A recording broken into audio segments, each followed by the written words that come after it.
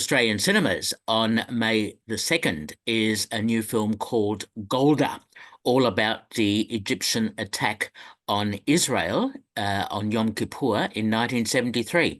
And it's my great pleasure to be speaking to the director of Golda, Guy Nattiv. Guy, welcome to Movie Metropolis. Thank you so much. Hello there. How are you? Good to talk to you. And I was so intrigued by the obviously background to the story. You and Nicholas Martin, who's the screenwriter, must have spent a fair bit of time researching the whole story. Well, Nicholas did. I came on board much later because Nicholas he had this idea to do a film about Golda, and I came in around like 2020 when the script was already done, but it wasn't the script that you saw. It was basically an $80 million movie by Amazon, massive war movie, and 20% Golda. It was Ah, basically the Private Ryan of Yom Kippur, and that's the story that I read. That's the script I read. But then the pandemic happened. We lost all our budget, and we understood that the war, instead of like shooting the war, we'll have to bring the war into the room, and that's why it became a chamber movie, which concentrated on the 10 days of the war. The prisma narrowed, and it became more of the conversation of Coppola rather than a massive war movie. aha, that is so interesting to hear that development. Can you tell me about casting? Because I mean, Helen Mirren is superb in the role, but was she your first choice? When I came on board, Helen was already attached. Ah, Gideon Meir, the grandson of Golda, told Amazon that he sees Helen when he sees Helen, he sees her, his grandmother.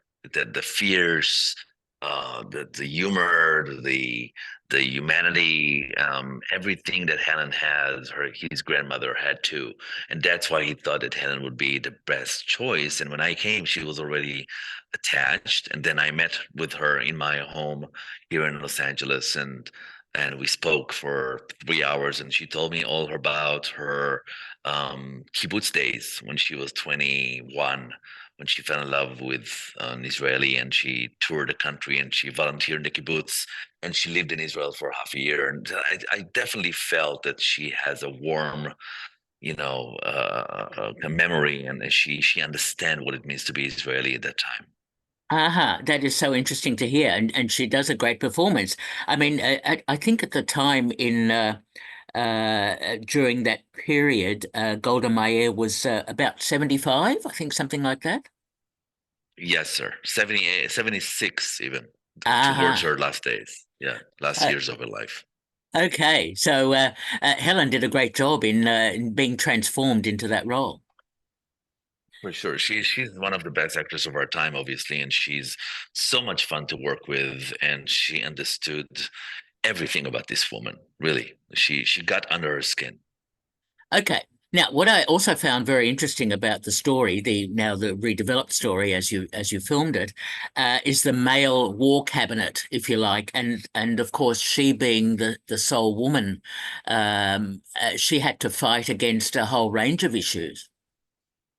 Oh yeah, she first of all she was not a Sabra, so she was an outsider. She came from Milwaukee, she was the auntie from the US. That everybody thought that they called her in a very misogynist way. They called her the old lady. So yeah, she fought misogyny. She fought men that did not include her in decisions, and she was a woman. She was the first woman in the world in the modern history to lead a country, which was revolutionary at that time. It certainly was, and I'm so intrigued to see the way Helen played Golda Meir. I'm interested too in your other casting, Lior Ashkenazi and Liev Schreiber, especially playing Henry Kissinger. Very great choices. Yes, I'm very blessed and lucky to work with these two actors. First of all, Liev met with Kissinger 2 days before he came to set. He met with him in his apartment in New York and got all the little bits and pieces from the scene with Golda. So that's one way he came to to set. He brought with him Liev a lot of information, a lot of like stuff, and he upgraded the scene for him and Golda, for him and Helen, and Lior Ashkenazi is one of the is basically the best actor in Israel right now, and loved working with him. I know him for years, and he's amazing. He's amazing. He did this film Foxtrot. I don't know if you watched Yes. it, but Yes. it won Venice, and yeah, one of the best actors of of Israel. Okay, so tell me about the way you shot the film, because as you said, it became a much reduced sort of film insofar as it wasn't a massive war film, but it was more about the discussions and activities and the politics. Was it easy to shoot? Not easy to shoot because the pandemic. Not easy to shoot because we didn't have a lot of money, and we were shooting in London, and we created Israel 1973 within the stage, and it took us, it's just a period piece, so it was like most of the money went to this to create this period piece, and we didn't have a lot of days to shoot that, so we were on the clock and pandemic, people getting COVID. It wasn't an easy shoot. Goodness me, yes, yeah. I mean, shooting during that time period in during COVID is immensely difficult, and I can imagine that you'd have to block scenes very carefully and very quickly so that you're able to get through all the different aspects of the story. Absolutely, absolutely, and but what made it a little bit easier for me that it was a one location movie. So we once we built the stage, once we built everything, the bunker and the war room and Golda's office and Golda's bedroom, we had a little playground that we could play in, so it was like between walls. And one of the I guess the movies that influenced me when watching it was the downfall of Hitler, um, Ah, of Hirschbiegel. When you see Hitler locked between, did you see this movie?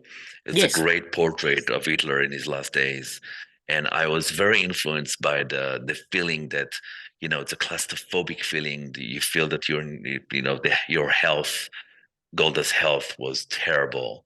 She was smoking 75,000 cigarettes a day, Yeah. black coffee, the stress. You understand that you're about to lose the war, and also the dying soldiers, and the country's not winning, and no one can see each other physically and mentally. It was just the downfall of a country that, don't forget, this country was so young, and most people were Holocaust survivors. So they came from the Holocaust 30 years ago to a country, and now they have to fight for their lives again. So, it was just a crazy situation. It absolutely was, and it's so intriguing that you could see the way that Helen performed as Golda, how the weight of all the lives that she had to try and save to make sure that the carnage wasn't going to happen really fell on her shoulders. Exactly. I agree with you. Yeah, it's incredible. And I'm interested you mentioned the smoking. Did Helen, Helen, I assume, did not smoke actual cigarettes? She did not, but it was herbal cigarette, and it was not. It was not less disgusting. It was in the room was, and she was not the only one who smoked. The entire cabinet smoked, and I didn't invent that. Obviously, we had Golda press secretary telling us a lot about what happened there in the rooms, and he said she was basically smoking cigarette, and after she finished it, she immediately lighted another cigarette with her burned out cigarette. So it was like, I think it was also a self hatred, self hate in a way. It's kind Yeah. of like she smoked herself to death because she didn't love where her country is and what's going on, and she felt blame to the situation. So I felt that she's killing herself like the country is. Mm. And it's interesting you say that because there is an analogy, of course, with what's happening currently in with Israel and Palestine and so on, that Israel is still under siege. Oh yeah, it's look, it's not it's similar and different because it's similar because we were surprised. Israel was surprised 10 times more than what happened in 73. Like it's the amount of devastation is much bigger. But it's also different because it was an army versus an army. Citizens were not involved in that. You know what I mean? It was Yeah. basically a mainstream war. And now what we see is both citizens from Gaza and in Israel suffering, and the amount of suffer from both nations is devastating. So it's a different, it's just a different scale of things. But you're right. It's the same Hebrews, the same government that is blind and not seeing anything and refusing to talk and refusing to communicate. And the big also a big difference is that Golda took responsibility and resigned, and we don't see Benjamin Netanyahu doing it. So he's hanging to his chair and not allowing a different generation, a new generation, to come and just correct all the wrongdoings that he did. Yes. Yes. No. No. Great comments. Yes. I understand that. Um, it's interesting to note the Israeli defense system, which was supposedly so strong, was not actually operating properly in 1973 when this happened, which I found so intriguing. Which one? I couldn't hear you well. Oh, the that Israeli defense didn't see this attack coming from Uh, Egypt. Yeah, Exactly like what happened today in October 7th. I mean, the Israel is supposed to be one of the best high-tech cyber country in the world, and they did not see this attack coming, which is ridiculous. It's just devastating on every way. In 1973, it was the refusal. Golda was a refusenik. Sadat wanted to make peace with her before, and she refused. She said, "Oh, I don't believe him." You know. But today, not seeing the attack of the Hamas on October 7th is almost like a crime. It's just being so blind to everything, which surprised me the most. yes, absolutely. Okay, so Golda, it's been the film has been rolling out for quite a while. I'm glad that it's now in Australia from May the 2nd. But what sort of responses have you had from the way the film has been released so far? From all the a range of responses you can imagine. Yeah, From wow, it's so emotional. I mean, look, the responses before October 7th and the responses after October 7th. So there's before October 7th, when it came to the States, the Jewish community were very, very emotional by that, because it's the first time that a Jewish female leader is depicted in cinema. And I mean, it was Golda. The Golda was a TV movie in 1987, I think. But this was kind of a cinematic. It amazed them. A lot of people were very proud. And in Israel, Golda became fashionable again. People were wearing Golda T-shirts, and she became, from a pariah, she became kind of a fashion icon. Um, right. and then Golda shoes became kind of in style again. It was a wave. After October 7th, people are watching this film. It's in a lot of airplanes right now, or on TV, or in demand.